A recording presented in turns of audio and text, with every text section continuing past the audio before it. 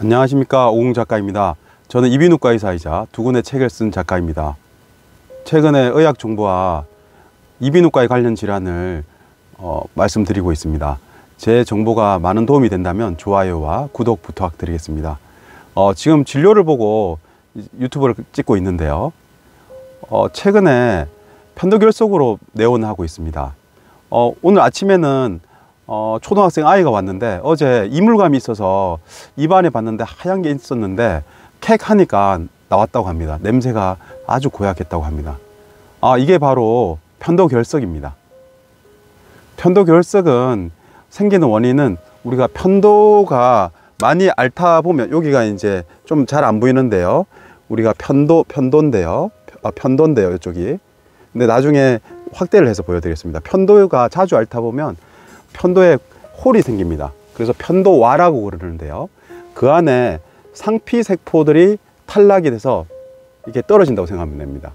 우리 귀 안에 귀지가 생기듯이 편도와 안에 상피세포 또는 약간의 음식물 찌꺼기 그리고 세균 같은 것들, 이런 것들이 고이게 됩니다. 그래서 면역력이 떨어지면 이게 편도선염이 생길 수도 있고요. 이게 가장 큰 문제는 냄새가 아주 고약합니다. 그래서 입냄새로 내원을 하고요. 그리고 목이 이물감, 또 심한 경우에는 통증이 느껴지는 경우도 있는 것 같습니다. 그래서 이렇게 편도결석 생각하면 수술을 가장 먼저 생각하는데요. 어제는 또 어떤 분이 있었냐면요.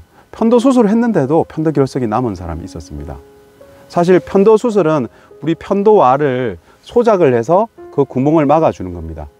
근데 너무 커다면 사실은 편도를 완전 절제를 해야 됩니다. 사실 편도 절제는 전신 만치를 해야 되고, 그리고 2주 동안 죽을 먹어야 됩니다. 그리고 극심한 통증을 느껴야 되는데요. 대부분 사람들이 수술을 하러 병원에 갔다가 다시 되돌아옵니다. 수술을 하는 그 의사 입장에서도 사실은 수술을 하는 이유가 실보다 득이 많아야 되는데요.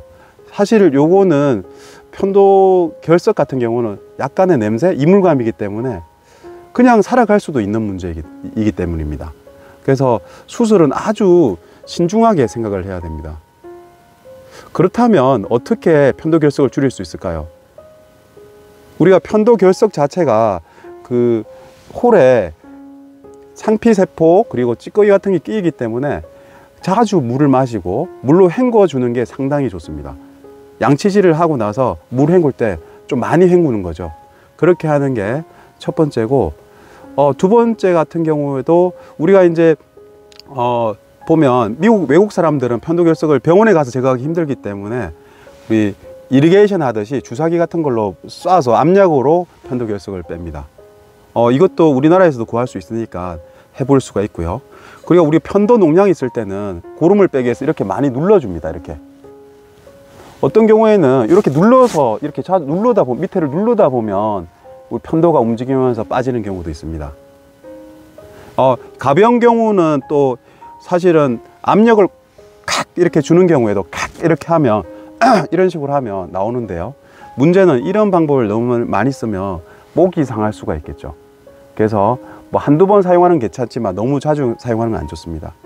그래서 만약에 안 나온다면 현실적인 방법은 사실은 핀셋이라든지 면봉 같은 걸로 이렇게 일부러 찔러서 이렇게 끄집어내면 피도 나고 구멍이 더 넓어질 수가 있어서 편도가 결석이 더 심해질 수가 있습니다. 그래서 저희는 이비인후과에 오면 작은 팁으로 석션을 해서 살짝 뺍니다. 물론 아주 깊은 경우에는 빼기 힘들지만 이비인후과에서 선생님들이 가볍게 뺄 수가 있습니다. 우리나라의 장점은 이비인후과가 곳곳에 많고요. 쉽게 접근을 할 수가 있습니다. 그래서 외국에서는 귀지 뺄 때도 촌농을 사용하는 사람도 있고, 우리는 그냥 간단하게 심한 경우에 병원에서 빼면 되는데 원래 귀지도 빼는 건 아니잖아요.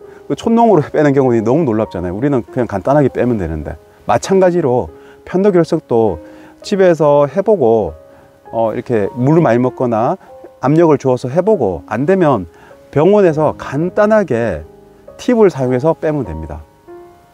그래서 편도결석은 살아가면서 불편하고 그런 거지 꼭 수술을 해야 되는 문제를 압니다. 그래서 수술이라는 거는 정말 너무 심하다든지 이것 때문에 너무 삶의 질이 떨어진다, 그러면 고려해 보시고, 현실적인 방법에서는 일단 물을 많이 먹고 각을 많이 하고 이게 압력으로 빼보고, 안 되면 이비인후과를 방문해서 간단하게 빼면 됩니다. 우리가 모든 게 수술이 해결책은 아닙니다. 수술이라는 게 100% 완벽하지도 않고요. 수술을 하다가 남을 수도 있는 문제도 있고, 수술로 인한 합병증도 생겨날 수가 있습니다. 수술은 항상 실보다 득이 많을 때 수술을 해야 된다고 생각합니다. 이상 오공 작가였습니다. 감사합니다.